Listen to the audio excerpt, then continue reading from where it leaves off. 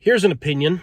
I think that communication about tabletop RPGs, in terms of discussing what games do or which games would work or making recommendations, I think that's made extra difficult by a lack of precise terminology.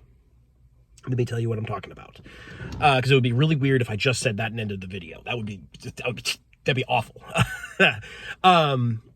So let's say someone is looking for recommendations for an RPG, and they say, I want a sci-fi RPG. And you say, okay, well, sci-fi covers a broad range of things, so you don't just want a sci-fi thing. Clearly, you have some specific subgenre of sci-fi in mind. Are you looking for something more like Star Trek, more like Star Wars, more like Firefly? Maybe you're wanting something a little bit more grounded, maybe something like a cyberpunk type or cyber noir, or are you looking for, like a space opera, kind of like Twilight Imperium type setting? Like which sci-fi are you looking for? And they'll describe to you what sort of specific sci-fi they're looking for. But even once they have done so, like they want to say like, oh, I want to do like, intrepid space explorers. Like you're on a ship, and they'll describe an entire premise. Like you're on a ship, super high tech, maybe hundreds of years in the future.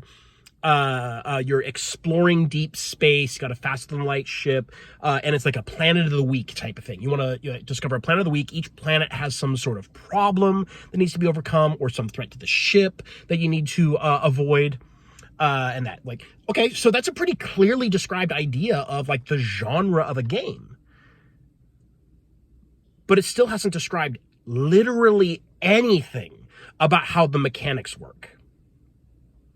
And that, I think, is a significant drawback to trying to discuss which systems would do that game better.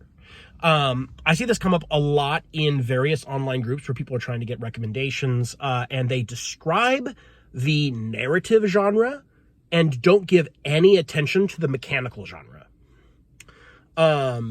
And it may actually be that a lot of times they don't care about the mechanical genre. That's a thing that happens. It's not something that happens to me. I always care about the mechanics of the games that I'm going to be playing. But I know that it happens to other people, and I'm cool with that. The issue is that mechanics do matter. Like, sorry to say it, mechanics do matter. Different types of mechanical systems will better or worse represent the genres that you're looking for, whether you realize it or not. So like that kind of game that I just described, this sci-fi game, is going to, you could do something like Scum and Villainy. You could do, sort of a modified Scum and Villainy, of course. You could do Genesis. You could do the Star Trek Adventures RPG. Like these are all going to be wildly different takes. They all can do what I have described, and they're going to do it very, very differently. And it's going, which one is best for the player asking for recommendations is going to depend a lot on what exactly they want the system to do, And a lot of times they don't describe that at all. I tend to assume that most people have in their mind the way that the game is supposed to work. And they don't have the words to describe how it's supposed to work, or it is so much an assumption that they don't realize that they need to. A lot of people, especially, and I know I say this a lot, especially people who are coming from having only played D&D. Because if you've only played D&D, that's all you know. There are a lot of assumptions about the way that the game flows, about the way that the game is managed, about like the responsibilities of the different players and the levels of agency and the way that the mechanics are approached and utilized that aren't necessarily true in other games. But if you don't have a wider range of experiences, you're probably not going to know what is an assumption and what is actually standard, amongst, I don't know if there are actually any general rules that apply to all RPGs, but there might be. There's sort of like general principles of play. I don't know. I haven't looked into that. Point being, I think that it would be helpful if we could develop, and I'm not saying that I'm going to, or that like I have someone in mind for it. But it would be helpful if at some point we could develop a sort of like system of terminology, a language, as it were, about describing mechanical aspects of games, and normalize using these to describe them and to request them. Like even something as seemingly universal as like the weight of a game. I once had someone ask me what I meant by how heavy a game is, and it sort of took me aback because I never really thought about it. Like, it's so obvious, it's an intuitive idea. I never thought about how to define it. Like whether a game is light or heavy, and is that different than crunchy or fluffy? These sort of descriptors of a game's overall rulesiness, like these are kind of at once universal, but I mean, they are jargon. Like, they are lingo used by people who think about the way that RPGs are structured or are constructed. And it's not necessarily something that people are going to pick up on automatically the first time they hear it. But it's those sorts of terms, like if in this hypothetical, sci-fi game, like, are you looking for a crunchier system or are you looking for a lighter system? Are you looking for, something that's sort of more narrative focused, or something that's a little bit more, recreational mathematics? Do you want a game about spreadsheets? Which of those floats your particular boat? So it's that kind of stuff, and like, how do you even describe in like concise terms the difference between like a Blades in the Dark action roll and a D&D attack roll, like, or a skill check or ability check or D20 test, however it is you want to categorize it. Like, how do you even describe in like simple terms? Like what are the adjectives to describe these things? Okay, so Blades in the Dark is more dynamic. So what's the opposite of dynamic? It's not static, because it's not static. It, like, you roll the die and a thing happens, right? Or it doesn't happen. Does the existence of null results on dice rolls, like, can that be categorized as a sort of qualitative attribute of D&D? This sort of lack of language, like, even I am struggling to describe it, simply because there aren't, as far as I'm aware, a lot of words for this. The fact that in my opinion, the tabletop RPG industry, for lack of a better word, is sort of like undergoing a boom at the moment. We're kind of in a golden age of RPGs. I know I've said that before. All of these new RPGs coming up, new designers, you've got John Harper with his various RPGs. Like, I kind of like, I'm automatically interested in anything John Harper puts out, because it's always, even if it's not my thing, it's always really interesting. You've got, Lancer, you've got Fabula Ultima, you've got the, like, all of these great RPGs that I'm not, it's kind of like I would liken it to, now mind you, I've not studied this. I don't have like a degree in cinema history, but I imagine that it's like when movies first started coming out and people were like, well, these are great, we love these. And people started putting out better and better movies, and start getting these like ancient, classic movies like Casablanca, Citizen Kane, these kinds of things.